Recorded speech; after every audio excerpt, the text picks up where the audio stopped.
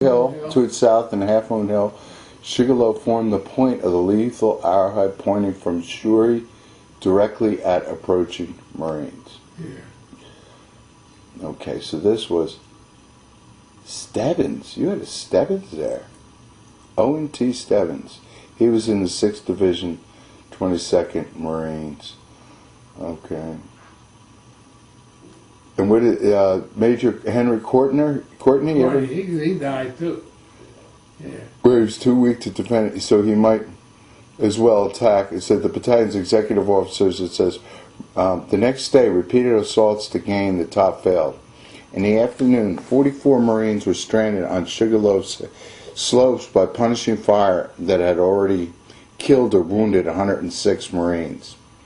The battalion's executive officer, Major Henry Courtney Jr., figured he was in one of those situations where he's too weak to defend his positions, so he might as well attack. Courtney barked, "Men, if we don't take the top of this hill tonight, the Japanese will be down here to drive us away in the morning." He explained that they reached the summit.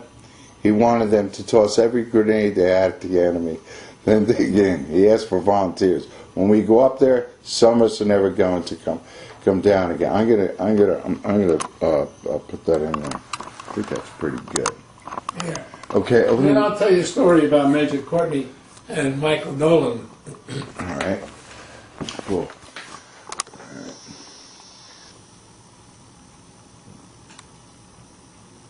There we go. The battalion's executive officer, Major Henry A. Courtney Jr., figured he was in one of those situations where he's too weak to defend his position, so he might as well attack.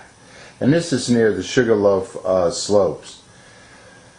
Courtney barked, "Men, if we don't take the top of that hill tonight, the Japanese will be down here to drive us away in the morning." He explained that when they reached the summit, he wanted them to toss every grenade they had at the enemy, then dig in. He asked for volunteers. When we go up there, some of us are never going to come down. Again, Courtney continued, "You all know what hell it is at the top, but that hill's got to be taken. We're going to do it. I'm not going to the top of Sugarloaf Hill. Who's coming along?"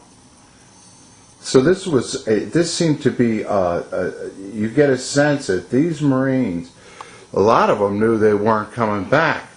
But a lot of them, some of these guys like Major Courtney, would stick out as heroes, ordinary people doing extraordinary things in difficult circumstances. And I think that it for somebody like that, for these men to follow and knowing that they're not coming back, they too are extraordinary men. Tell us a little bit about Sugarloaf and maybe Major Courtney.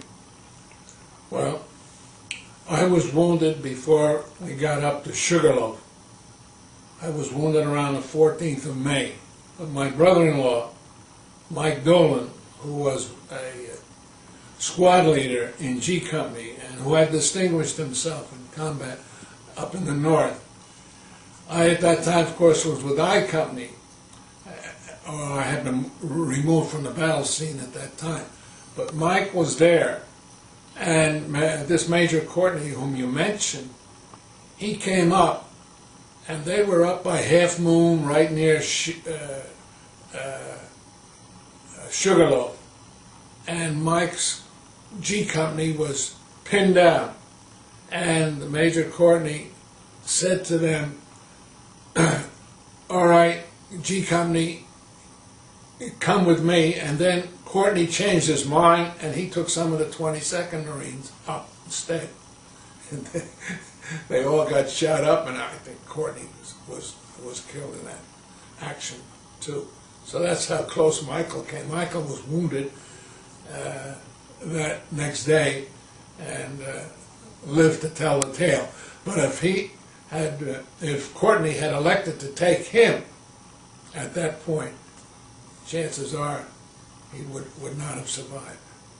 Tell me something. How did you feel though? I mean, initially, you can talk about it, do all the training and stuff like that, but personally, how did you feel about it? Were you scared when you landed on that island, not knowing what to expect, never been in a confrontation or a conflict of such magnitude? Was there fear? I wouldn't say there was fear, but there was concern. You were concerned. And of course, I was an officer, and I always had to look out for other men. And I had been schooled by a China Marine, retired, real old warrant officer, and he told me, he said, when you go into combat, that's good advice, and I've used it throughout my life. He said this, he said, you'll be the first one up in the morning and the last one to go to bed at night. You make sure that your troops are all squared away. You make sure that they all have food. You don't eat until they eat. You make sure that they have ammunition. And he said, when you get into combat, he says, when in doubt, always attack.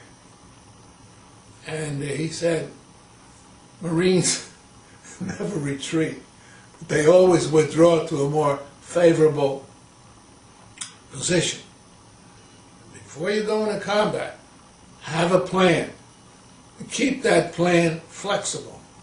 And he says, since you come, and he was Protestant, I was Catholic, he says, you come from a praying people. It's a good idea before you go in to pray.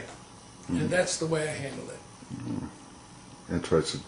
What would you say, if you would say, as far as that particular battle, if there's anything you could say that you regret that you did? Yes, I can. There were attacks by women that would come in at night throwing hand grenades. And I had one night they picked up a woman, and I regretted it. I perhaps had second thought, but we were in combat, we were moving up. I told the boys, take care of her, and they did execute her. And I always regretted that, but when you look, hindsight is better than foresight. I knew that she could possibly injure some of our troops, or she could cause some Marine that might be a little jumpy to start firing at night and disclose our position. How old was she? I don't know. Yeah. I don't know. She had to be 40-ish or so. Did you ever dream about her? Or? No. No. That's the only thing I regret. Did you ever have bad dreams? I mean, you ever, No, I talk never about did. people being shell-shocked, or? I was fortunate in that I never did, but I do recall that after coming out of combat, we were in a safe zone, and I would go to the movies at night, and it was an open area, and you start looking around, there's the enemy around. You have that hyper sense of, awareness. I guess it's a natural response. There was a correspondent that was over there, May 16th, this correspondent, Elvis Lane. He stared at the carnage and he wrote, corpses litter the grave, muddy landscape. There are numerous severed arms and legs and an occasional head. Some of the corpses seem to be grinning. The flesh is rotted away from the skull and the teeth are bare. I am afraid that if I stare, one of the grinning dead might ask, don't you belong with us? Seeing all that death and carnage, how could you say, how does it change a man? How old were you at this juncture? 21? 24 now. Oh, you're 24. How did it change you? Would you say that, that has to have an impact on you? Well, I think it sort of seasoned me. I think it